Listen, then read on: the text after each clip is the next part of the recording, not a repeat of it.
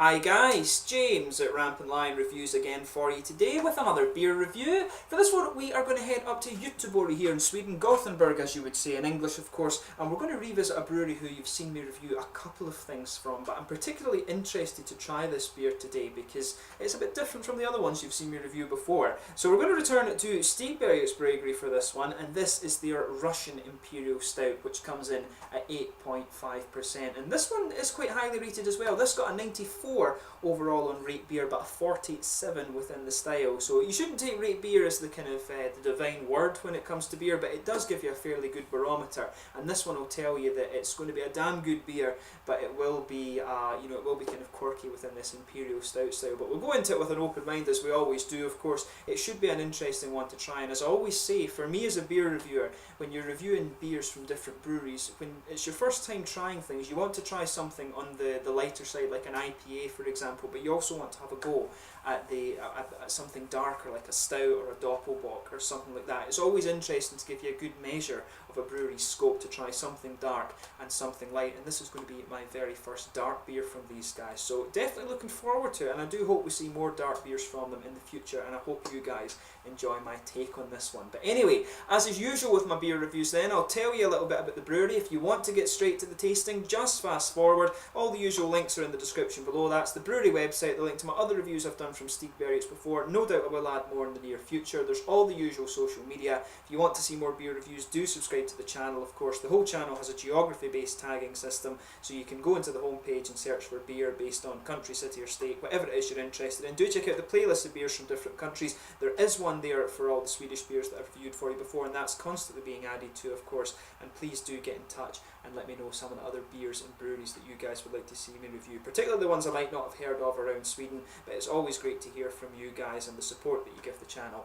is hugely appreciated. So don't hesitate to get in touch through the Facebook, Twitter, Untappd or whatever you like, although it's probably is easier if you get in touch through the Facebook or the comments in this section below. But anyway, to tell you a little bit about Stigbergets then. So Stigbergets Bryggeri are based in Gothenburg, as I mentioned to you before, Göteborg as you would say in Swedish, and they were founded by Nils Hultkrantz and Richard Simonsson.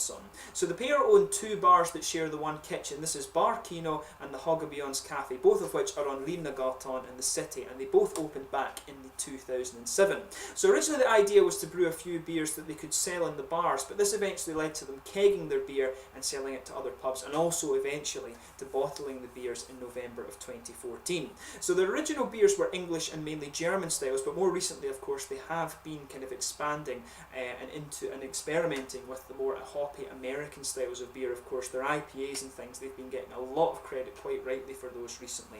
But they started out with a 1,000 litre brew kit from Slovakia, but they upgraded to a 2,000 litre JTM system from Denmark in December 2015, and apparently they do want to double this capacity whenever they can afford to, and I would guess that that will be fairly soon because of all the success they've had surrounding their IPAs. But Niels and Richard are joined at the brewery by two brewers, one of whom of course is Ole Andersson from OO Brewing. He's very well regarded in Sweden these days. He has his own company called OO Brewing, who I do recommend you check out as well, and there's another three people there that deal with things like logistics, packaging, the social media and all the other things that go along with the brewery. So these guys are a very well respected brewery in Sweden these days. They actually are very new. They've had an almost meteoric rise, to be honest, but on the basis of their beer they fully deserve the recognition that they've got in recent years, in my opinion at least. So if you want to try some Gothenburg beers, Gothenburg is a very, very good beer city these days. Stigbergets is a very, very good place to start. And of course you've got the famous beers like the Amazing Haze, the GBG Beer Week, although you probably won't find that one now, and there is also the Muddle IPA as well. If you want to go to OO, you can get the Narangi too. So if you like these New England style IPAs, some of the best in Europe you're going to find are from Stigbergets. So do make sure you check them out, and there's about 12 or 13 different beers from Stigbergets that you can check out in the brewery website below. So if you want to learn more, do make sure you check out all the links in the description below. But anyway, let's get on to the actual tasting of this beer itself. So this one, as I mentioned to you, is an 8.5% Russian Imperial Stout. Let me just bring up the camera, let you have a little look at the artwork on this one. There you can see it's almost a little bit like a kind of Tim Burton style thing. It's almost like Tim Burton's Nightmare Before Christmas or something like this. You can see that kind of sort of almost horror style artwork on this one. I do quite like the artwork that they put on Stigbergets, although I have to say I don't like the seagull that they have on the West Coast IPA. I just don't like seagulls at all. They're little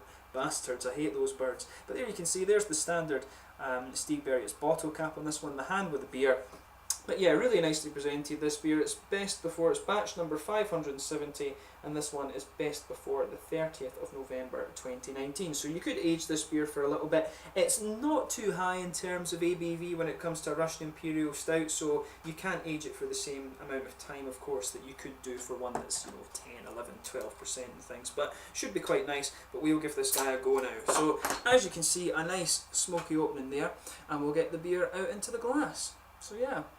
Should be really cool. As I said, quite excited to try my first dark beer from this brewery. So I'll leave a little bit in so we can have a proper look at the aroma. Not much head coming out on this one, right enough. We'll just see if we can stir it up a wee bit and see if we can make some head come. But yeah, there's just a little kind of very thin foamy layer. It's a sort of it's actually a very dark, almost hot chocolate colour, the head on this one. I think it's safe to say it's a very, very dark tan head that you're getting on this one. But as you can see, and as you'd expect from a Russian Imperial Stout, this beer's poured a really dark ebony rosewood colour. Even if I hold this up to the light, it does have a little bit of a ruby edge to it, more of a kind of Coca-Cola colour, to be honest with you, right around the edge. But it's actually very, very dark. I can't really think if I've seen a Russian Imperial Stout that's had such a dark thing to it. There's very, very little around the edge of this beer. It's yeah, it's quite an interesting one. I see the light's going a little bit crazy with the camera at the moment, but it looks very, very nice. There's some big bubbles sticking towards the side of the glass, but not too much carbonation visible in this one at all. And that head has just faded away to be a very thin foamy layer. But when I'm moving the beer around, you can smell a lot of nice dark chocolate and a bit of earthy hop from this one. So let's take a closer look at the aroma then and just see how we get on. Now that's quite interesting. So there's a nice chocolatey character from this one, as you'd expect. You can smell some of the roasted kind of black malts on this one, the sort of, yeah, definitely some roasted kind of blacky malt just underpinning this beer. You can smell some of the, there's almost a kind of smoother coffee element to this one and some dark chocolate on top of that. There's a wee bit of brown sugar note to this one, but not too much. It really does actually smell quite earthy. There's a lot of earthy hop coming out of this one for me. It has a lot of this almost kind of musky, earthy hop character. There's a little bit of an almost woody, nutty, kind of leathery sort of thing going on in this beer as well. I think it's more leathery, to be honest, and that mixes quite well with this almost musky earthiness that you're getting out of the beer. So yeah, black malts, a little bit of kind of coffee or something just sort of underpinning this beer. Like I said, it's almost got that kind of coffee smoothness to it, and the woody, yeah, there's a bit of woody character to it, but mainly it's a sort of leathery note I'm getting out of this one, and that mixes well with the nice smooth earthy hops coming out of this beer. There's a little tiny bit of a kind of citrusy note coming out of this one. I'm getting a wee bit of a sharper, almost citrusy element coming out of this beer, which is, in my experience, it is a little bit unusual for this beer style. But when you get further into the aroma, there is a sort of red fruity ester coming out of this one, and it's a little bit sharper too. I want to say it's kind of raisiny or almost plummy. It's not lighter and figgy in the same way that you get from some of these beers. It's not like a candied red fruit or a sort of figgy character. It is a bit sharper, more of a kind of raisiny plum sort of thing coming out of this beer. So as I always say, take a little bit of time and enjoy the aroma of the beer before you try it, especially when it comes to dark styles like this. This aroma on this one for me is quite unique because of the citrus and also the way that the sort of earthy and kind of leathery characters come out. But this is a really, really quite nice smelling beer, this one. So just take a little bit of time and enjoy that for yourself. But we are going to try this beer now. So this one is the Russian Imperial Stout, my first dark beer from Stigbergets Bryggeri up in Göteborg here in Sweden. Skål!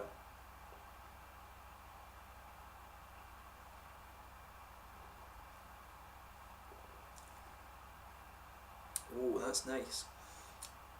It's a lot sweeter than I was expecting it would be.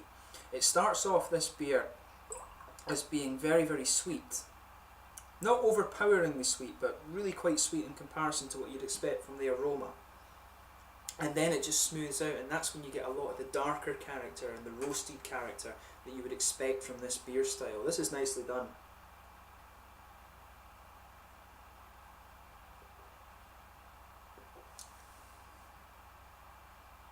Yeah, this is a good beer. I mean, it's, you know, the rating that it has on Rate Beer, I think that's quite right. As for within the style, I'm not so sure. But you know, around a 94, 95 for this beer, I think that's a fairly good rating. I could go with that for this. It's interesting because you can sort of, when you go to the darker style, of course, the thing that I've always pointed out with the Stigbergets IPAs is the nice sweetness of the malt base, and you can get the same feel from this. It does have that nice sweet element that you expect from the Stigbergets malt base. I do like how that comes out in this beer.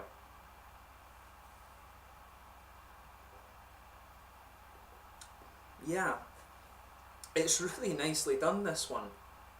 It really is just quite nice, but the flavour comes across as quite different compared to what it was in the aroma.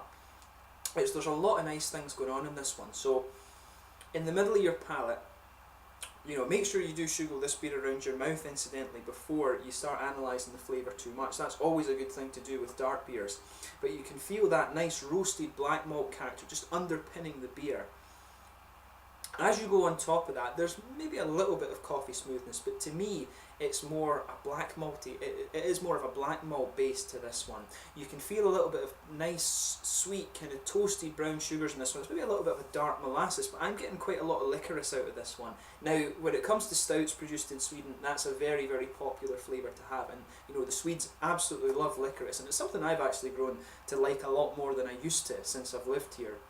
Swedish licorice is particularly nice, but they always do that, or most of the time they do that with their stouts over here, and they do it very well, I have to admit, and you can pick up the sort of licorice character in this beer.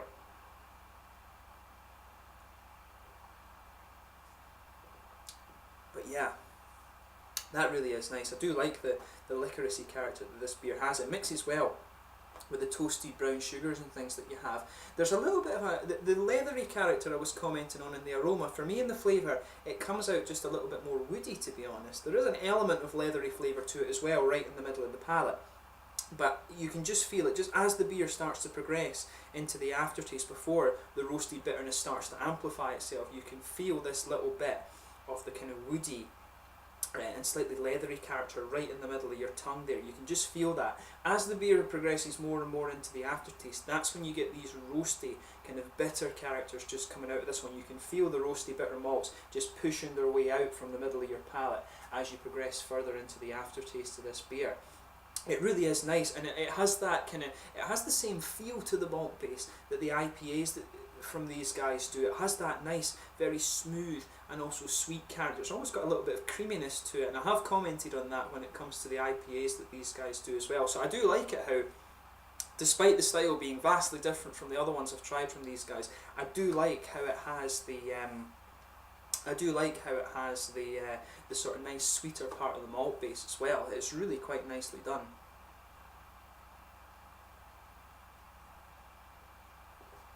This is really good. If you get the chance to try this, have a go at it. If you like a nice sort of sweet imperial stout, but then, you know, if you like black malt flavours, you will enjoy this too. Particularly in the aftertaste, it starts to get a little bit more bitter. And again, that's this kind of same thing you can look at with some of their IPAs and stuff like this. But this is really nice. If you get the chance to have a go at this, definitely do. On the hoppy side of things, there's a lot of earthiness. There's a good earthy bitterness in the very back corners of your palate. As you come further forward, that just smooths out a little bit. You can pick up maybe a tiny little bit of floral character and slightly grassy notes around the very front curve of your tongue, but mainly it's a nice smooth earthiness that as you come forward.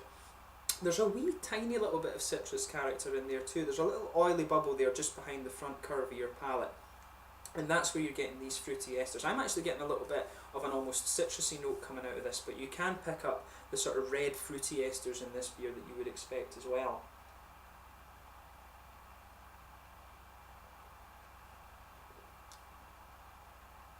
Yeah, it actually, the red fruity esters in this one, they do come across as less sharp than they were in the aroma. I would be more inclined to say that the fruity esters you're getting out of this one are a little bit more figgy and a little bit more candy. Like I said, there is an element of citrus to it, and you can feel that as well. You can feel a little bit of that citricy sharpness on the edge of your tongue and in the aftertaste as well. And it's quite an interesting sort of balance to the roasted malts that start to push their way out a little bit more. And I can feel that roasty bitterness just almost mellowing out a little bit as my palate adjusts to the beer. But it's really nice, and I do, as I said, I do like how the feel comes across on this one. You know, I did try the Scotch ale that these guys produced a little while ago, and this again, the Scotch ale is the completely different end of the spectrum from the dark beers, because it is a very kind of sweet beer style normally and roasted, but it is cool, like I say, to try something at the completely other end of the scale from their IPAs, but to see that they have the same sort of malt-based feel to it. I really like how they've done that in this beer. If you get the chance to try this, try it simply as a bit of contrast to their IPAs, and it shows you. I do like this when you find a brewery that's very good at IPAs, can also do these nice dark beer styles as well. Another brewery this reminds me of in this case is Amarbrug, who's one of my favourite breweries, of course, from Denmark. They can do the same, and it's really, I really like that when breweries can get the both ends of the scale just right. But yeah, in terms of recommending this one is on the sweeter side of the Russian Imperial Stout. I would definitely say that. But that said, as it progresses more into the aftertaste, you do start to get the more kind of roasty, bitter aspects that you expect to this style. So just be aware of that if you do want to try this one. But this one's definitely for people who enjoy a good bit of black malty character in their stouts, but also a nice kind of sweet licoricey and kind of chocolate thing. It has that kind of licorice trademark that you expect from the Swedish Imperial Stout, so bear that in mind with this one. In terms of the mouthfeel, I would say this guy is full-bodied. You know, carbonation in this one is very, very soft. There's not a lot of carbonation I'm noticing coming out of this beer. It's got a big, big oily mouthfeel, this beer. One of the most oily mouthfeels I've come across actually that I can think of in recent times. It's got a nice little, the malt base has got a good balance of sweetness. Like I said, it progresses more into a kind of roasty, bitter character as the beer progresses. There's a good bit of hoppy bitterness there. It is quite smooth around the other parts of the palate, and there is a nice little bit of fruity juiciness as well. I mean, as you would expect from Stigbergets, it's a very, very well balanced beer, and I certainly would recommend that you try it. If you know, it's within the Russian Imperial Stout category. For me, it leans more towards the sweeter side of things. You do get some of the bitterness a little bit later on, but as I said, it's really cool to, if you like the feel of the Stigbergets beers with that nice, sweet and also smooth malt base, then you are really going to enjoy this take on the Russian Imperial Stout. For me, it's another very, very solid beer from Stigbergets, so do give it a go if you get the chance. It's been really cool to try this one for you guys, and it is quite different in feel again to the Scotch ale that I've tried before. This is the first kind of proper dark beer. This is probably the completely other end of the spectrum from the IPAs and stuff that they do. The Scotch ale is a little bit further in than the Imperial Stout is in my mind, but this is a very, very good beer. So if you get the chance to try it, I highly recommend that you do. So yeah, the Russian Imperial Stout from Stigbergets Bryggeri up in Gothenburg. So if you have tried this beer for yourself, do let me know your own thoughts on it in the comment section below. I thank you for watching my beer reviews. Until the next time, please like, subscribe, share, all the usual YouTube stuff. Don't hesitate to get in contact with me through the social media. As I said, it's always great to hear from you guys, and if you are kind of new to the Swedish beer scene, Gothenburg is a very good beer city these days, and Stigbergets are a brewery who have quite rightly earned quite a reputation for themselves over the last couple of years. So make sure you try some of their beers, and you can check out the OO Brewing beers that are brewed by the same brewer as well. So yeah, thank you for watching my beer review. Make sure you try the Russian Imperial Stout from Stigbergets Bryggeri up in Gothenburg here in Sweden. Until the next time, it's landed just now, and I will catch you guys very soon. Skål!